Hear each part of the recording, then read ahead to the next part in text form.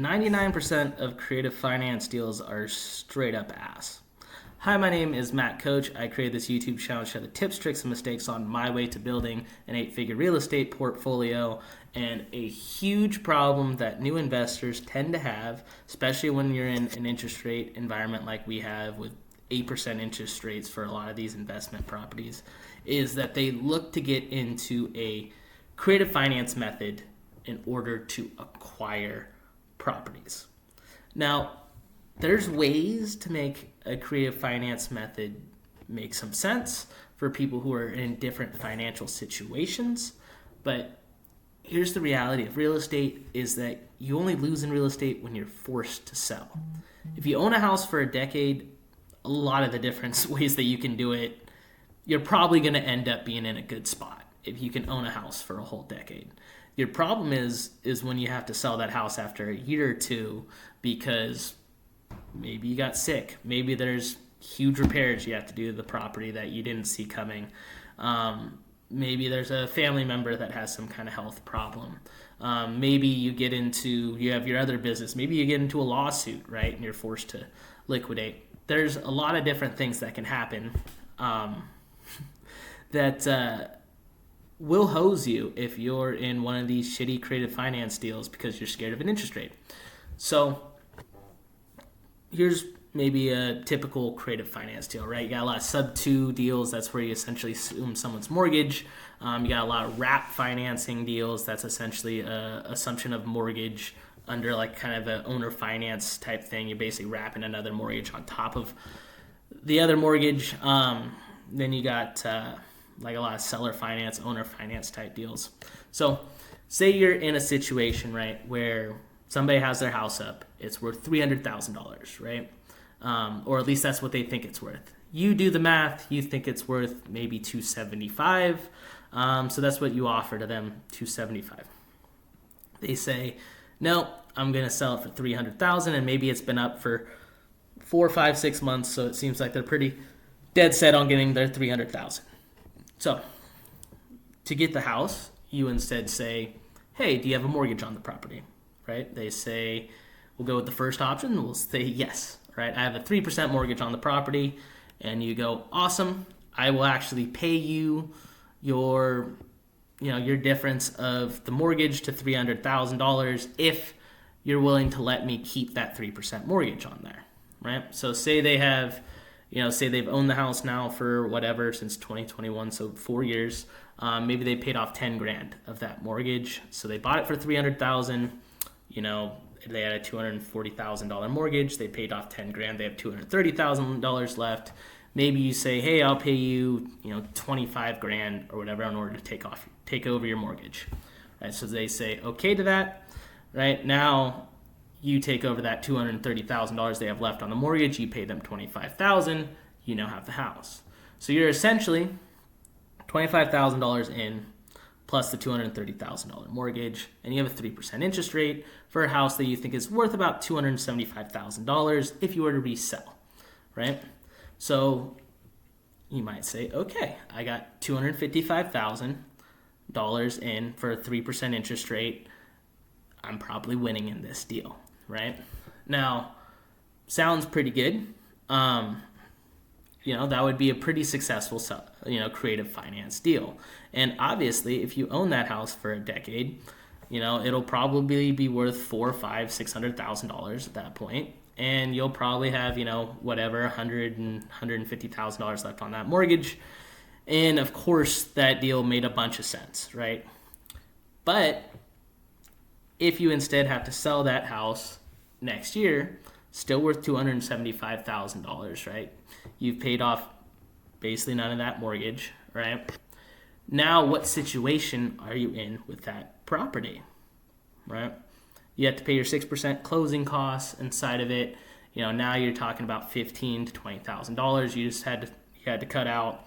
You had any kind of repairs you might have to make to that property in order to be able to sell it for that $275,000. And now you're looking at probably breaking even, maybe even losing some money selling that house a year later. So,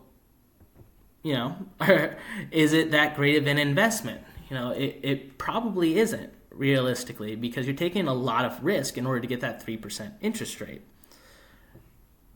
Let's say instead, right, you call the same kind of people for that $300,000 mark. But this time, you're only willing to offer $225,000 for the house, right? So you offer $225,000, right? Now, one of them ends up accepting.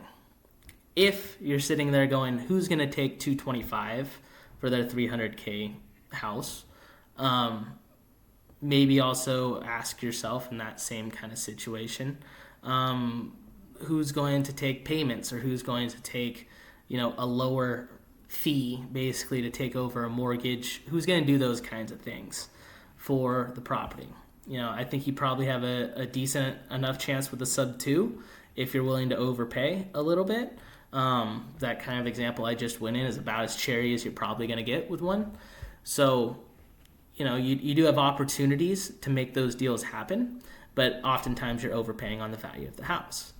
This time, right, you pay $225,000 for the property. You get one to say yes, right? Now you have a $225,000 house, and you have the 8% mortgage.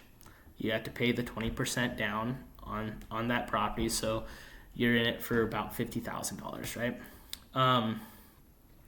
So now, if you were to go and sell that property the next year, right, you sell it for $275,000, you pay those $20,000 of closing costs or so $255,000, but you bought it for $225,000. So now you still made $30,000. So even if you had to do $30,000 of repairs to the property in order to make it sellable, you still got back your money, right? So you're now covering your ass on that house, basically having some kind of issue and you having to immediately sell it, right? So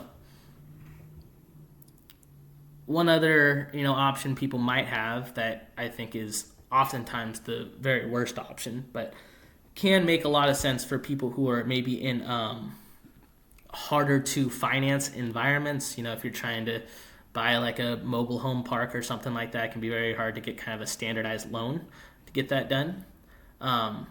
What you'll do is a lot of the times is some kind of owner finance, where essentially you take out the owner of the property loans is the one who has the lien. Instead of a bank, it's them, right?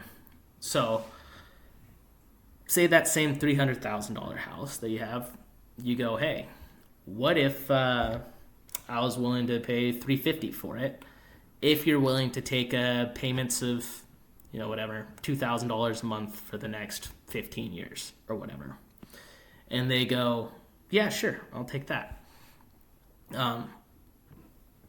Sounds like a good deal, but again, right, you have to sell it the next year. Now you have a $350,000 loan on this property, and you sold it for a year later, so you've only paid off $24,000, right? So now, if you have to sell that for $275,000 plus $20,000 in closing costs, $255,000, and you've paid off $24,000 of that $350,000, right? Now you're at $26,000 for the house. You just came out $75,000 on a property because you were real good at getting it for no money down and paying payments for it, right? So now all of a sudden, you're not really seeming too bright with your creative finance deals, because something else that was going on, maybe had nothing to do with the property, is forcing you to liquidate your assets, and you actually have no equity inside of that. So, needless to say, these creative finance deals are just, a lot of the times, they're negative equity.